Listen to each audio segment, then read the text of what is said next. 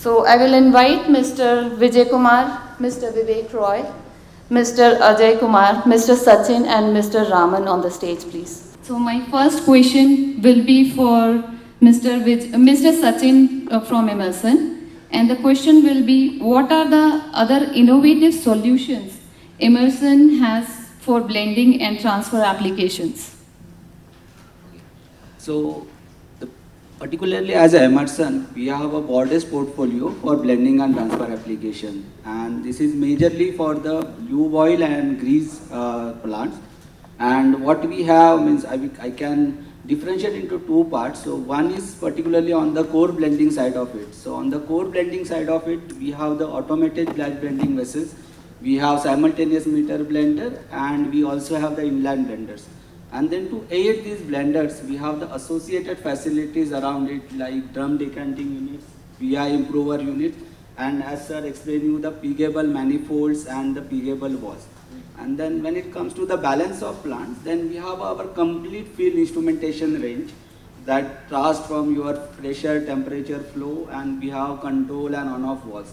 And then all these systems like core blending system, balance of plant, and any third-party packages what you have in the plant are then further integrated to our Delta V control system. So as such, you say, particularly for the lube and grease industry, we are a one-stop solution. So wherein you can get a complete plant instrumentation, control system, and the core blending facility from Emerson. Thank you so much, Mr. Sachin. My next question will be for Mr. Vivek Roy from Siemens. So, what is your recommendation to secure legacy OT assets? Okay, so this is a really tough question, and I'm sure most of you will have individual opinions about it, but the general practice of securing OT legacy systems is we go with a risk-based approach. What does risk-based approach mean? Is depending on the classification of the asset, how critical it is to an organization, to the process, we attach a risk factor to that, or we attach a criticality factor to that asset. Of course, this is assuming that you've already done the asset identification, etc. and all that. Once it is classified, then what you need to do is you need to protect it at a multi-layer. So what let's take an example of a PC, which has an operating system running a plant, a DCS or a PLC plant, and this PC is right now on Windows XP, and we know what has happened with Windows XP. You can't change it, can you? You can't remove the Windows XP system and throw it. You'll have to invest into completely new system. So the best way to do is, if it's a very critical asset for you, then you need to protect the entry and the exit point of data from that asset to the higher network system. So this is something called as a cell protection concept. Yeah. So you protect that particular cell. So the data that is going inside that cell, coming out of that cell, the entry and the exit point is completely guarded. Secondly, you also do endpoint security. That means you also add in the component of endpoint security, and if you have like USB drives, etc. and all that, so all those need to be blocked, etc. So ultimately, you have to protect that asset and keep a backup, because it still can be vulnerable, it still can be attacked, so it's better to keep a backup and have a disaster recovery plan. So these are some thoughts from my side on protecting legacy systems in OT. Thank you so much. So I'll move to next speaker from Yokogawa, Mr. Ajay Kumar. My question is, many asset maintenance devices have been launched recently with different wireless protocol. So what is your take on how the situation will be in the future, and don't you think user will prefer one single protocol? I would say that we are living in some very exciting times, because artificial intelligence, which was always there in paper for so many years, Now you're finding artificial intelligence in a process plant. A lot of technology changes are happening, and it is happening in wireless also. In wireless, basically the requirement, it's not one size fits all, because the requirement is different. Some cases you will need a lot of data to come in. Some place you need an immediate update. You have to think about the battery life. So there are multiple parameters which needs to be checked. Considering this, I believe that there will be multiple wireless technology which will coexist. It is not that one technology is going to, one protocol is going to become all pervading and other protocols will just go off from the market. There will be multiple protocols, multiple technologies, but these will coexist. And I believe the change will be that when a user, from the user's perspective, the software will be the same. Like it could be different type of sensors, different type of protocols, but at the user side, it might be one common software which will come. Thank you so much. So my next question will be for Mr. Vijay Kumar from IOCL. Could you please share the key advantages and performance outcomes obtained through this project? Yeah, thanks for this question. What I've just already told there, the biggest thing about this project is that we were able to shift from the manual mode, which was there for a long period, and we were able to drive in the concept that we need to go towards this automation, and it was a need also felt by the people. We could go into the automation part of it. And this also proved to be one more advantage, that we had quite a few of our operating people who were a bit well qualified, more professionally qualified also. They also got a chance for them to harness their skills, what they're having with that one and all. So these are the advantages where we're able to see a different level of participation in operating on the system. And this has really reduced the corrections which we need to take about each blend to meet the requirement of the customers. Many things have come down. And the slot generation is one important aspect which we need to have a control over it. That has completely almost got eliminated with this process here. And the challenge was that doing it in a small constrained space in a plant which is almost 50 years existing at home. So it is really giving us the benefits which we are dealing with. Thank you. Thank you so much. Thank you so much. My next question will be for Mr. Ajay Kumar from Yokogawa. So question is, I believe sushi sensors are not launched in all the countries yet. So it will be launched in India? Yeah, it's very much launched in India. Basically, in different countries will have different radio rules, which means that the approval needs to be taken in each country level. Second thing, LoRaWAN is basically sub 1 gigahertz communication band. The LoRaWAN band varies from country to country. It will be minor, but there could be a variation. So because of that, it might not be a product which can be launched across the globe. It will be in phased manner from one country to another country. But having said that, LoRaWAN in India is well established. It is part of the smart cities. So in India, LoRaWAN is something which is definitely a go-to product. Okay, thank you so much. My next question will be for Mr. Vivek Roy from Siemens. So how do you differentiate OT security with IT security? Yeah, so I think I covered this in my presentation. So basically in the IT parlance, you have the CIA triad, that is confidentiality, integrity and availability. So any IT security program is based on these three factors, in the order of priority. But in the OT, it is the reverse. It is availability, integrity and confidentiality. The second challenge in OT is the asset life cycle, and the heterogeneity which I spoke about in my slides. So this is why one size does not fit all. So whatever practices you have for the IT security will not fit for your OT security. And in OT security, you need to have different layers of protection, it's a risk-based approach. You need to adapt to standards like IEC 62443 or NIST or ISA standards. And with these standards, you will be able to bring the complete ecosystem of OT. Yeah, what I mean by ecosystem is in OT, there's no one player. Yeah. There is an asset owner, like I can call Indian Oil as an asset owner, yeah, and Emerson as a system integrator who has integrated various systems and brought it onto the premise of the asset owner. So each of these elements need to take care of their respective cybersecurity topics. Yeah. So that's how OT is different from IT. Thank you. Thank you.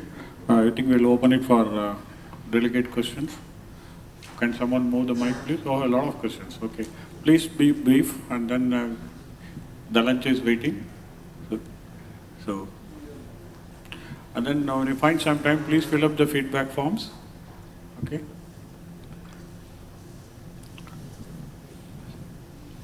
We will be starting this afternoon session exactly at 2 o'clock. We have the lunch counters in the same places. Okay.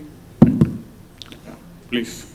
Yeah, my name is Vivek Gupta. Yeah, Mr. Ajay, this sushi sensors, I just want to know one thing. Since the battery life is dependent upon the update rate, right? 15 minutes, 30 minutes, something like that.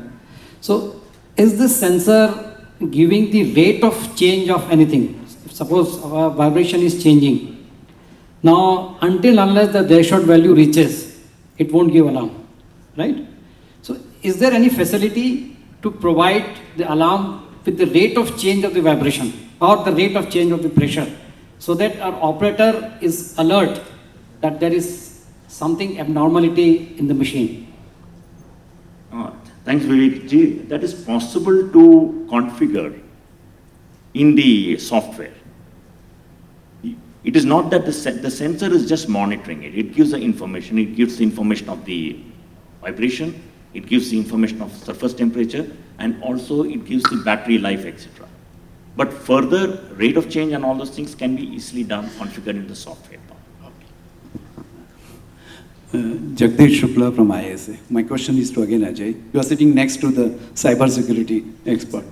So I'm sure this sushi sensor must be a cybersecurity certified product. But how safe this sushi sensor is against the cyber attack? I need to be very careful answering this with Vivek sitting next to me.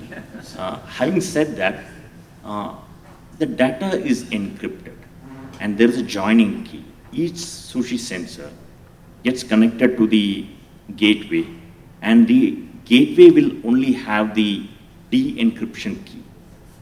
Now, this is one question which comes because LoRaWAN covers a distance of 7 kilometers. Question is that there could be multiple LoRaWAN gateways.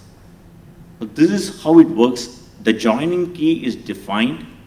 Each sushi sensor has got a unique identification, and it will communicate only with the concerned key. The data is encrypted. It's a 128-bit encryption if I'm right. And hence there is hardly any challenge which we have come across. I don't know whether Vivek would like to. No, I can't certainly comment on any other product, but I can just resonate with what he's saying, that any such remote communication, any such wireless communication that happens is not secure by default. So what the industry is pushing is secure design by default. So companies like Emerson, Yokogawa, ABB, Siemens, they're all into this gamut.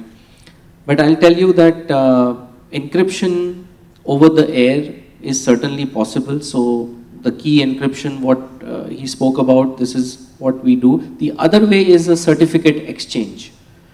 So whenever you have devices connected remotely then we installed security certificates in both ends of the product, which actually helps in encrypting the data over the air. So my name is Sumit from NTPC. I'd just like to ask, Mr. Vivek Roy. Sir, how is the security fraternity responding to the development in quantum computing? And the steps or the phases which you had shown, are they still, will they still be relevant then? If, if the quantum computation gets developed to that extent, and if state actors are using quantum computing to hack into systems? Actually, I don't know how to answer that question, but I'll try. Look, with more and more digitalization, with more and more enterprise digitalizing, with more and more AI, ML, etc. coming in, the attack surface is certainly going up, right? I can't really answer whether quantum computing takes care of secure by design, but I'm sure it does. But I can talk about AI, where the Microsoft, Google, everybody is talking about ethical AI, right? So there is a non-ethical part of AI also. So you know that AI can be hacked, and you can have your banking website have a bot which can be in the with the hacker, and he can get all the information. So point is, there is nothing that cannot be hacked. Yeah, everything can be hacked and will be hacked. It's only that you need to create the awareness, you need to be prepared, you need to take care of how you want the data to be exchanged. I don't know really whether this answers your question, but in AI we are talking about ethical AI, and I think quantum computing, by the time it hits OT, there will be a lot of secure by design principles already in place. Thanks, Vivek. I think we'll take a couple of more questions. Or a lot of people. I think it better some of you interact during the lunch break, but still I'll permit some couple of questions, please. My name is Amin Joshi from Joshi Consultants. My question is to Mr. Ajay Roy. How these measuring devices are calibrated, and what frequency, and who will calibrate them? Your question is Yes, to sir. me. Yes. He combined it. Okay. That's the integration. Basically, when we talked about 2 or 3 sensors, we said about pressure, temperature, etc. These can be calibrated, the zero calibration can be done. Regarding vibration, that is one parameter which generally does not require calibration. We can discuss this in detail. In case you are finding some challenges on the reading, definitely we will be there to support you. Hi, I am Gaurav Saran from Tata Steel. You have mentioned about the pressure transmitters or the temperature transmitters, XS series 53550. They can integrate with the network XS 110 series, which is how you transfer the data wirelessly. But what to do about the brownfield projects in which there are age-old sensors in the pipelines which cannot be removed? So how to make that communicate over edge? So first thing is that it's not that these wireless devices are going to replace the age-old transmitters, etc. This has got, you will be able to put it in specific applications where you really need it. So we are not looking at changing the entire devices with wireless. But you take a case of a temperature gauge or a pressure gauge which is not accessible. It's very difficult for an operator to reach there. Those are the areas which can be addressed by using these devices. The communication, as I think your second part was the... The question is like, okay, 4 to 20 milliamps that is coming from the DCS panel to the field, can that be replaced with a power device on the edge only, and then that can communicate wirelessly, replacing the entire cable that was there existing in the earlier systems? Okay, the question is that, like we talked about the sensors which can communicate from the field to the DCS. You're asking whether the reverse part also, the communication from the DCS to the field. No, the power is coming from the DCS for 420 milliamps circuit completion. No, it's a battery powered. Yes. We mentioned battery powered wireless sensor. Battery powered thing can replace on the old pressure transmitters, so that the pressure transmitter means actually the voltage and 420 milliamps. So that can be integrated with the wireless transmitter also, and that complete circuitry can go away. Is that possible? I think we can discuss offline. Yeah, that's better. Okay. Sorry. One last question, please. So my name is Akash Shukla from BPCL. It's not a question, it's more than a pain point for us. It's to ARC also and to Mr. Vivek. I'm being very specific. We know in the OT security, where are we? What we have to do. But the problem is, the OT is a DCS OEM driven environment. So many things we want to do, as Mr. Vivek has mentioned just now, one people cannot do everything. But the challenge is, one person wants to do everything. So what is your thought on that? And to Mr. Raman, and that anything if ARC is doing on that front or not? Rick, you want to answer? Yeah, so basically, the answer is also it's not very simple, but I'll try. So I spoke about IC 62443, right? So if you look at from an asset owner perspective, asset owner means who's owning the plant, who's the ultimate owner of the assets.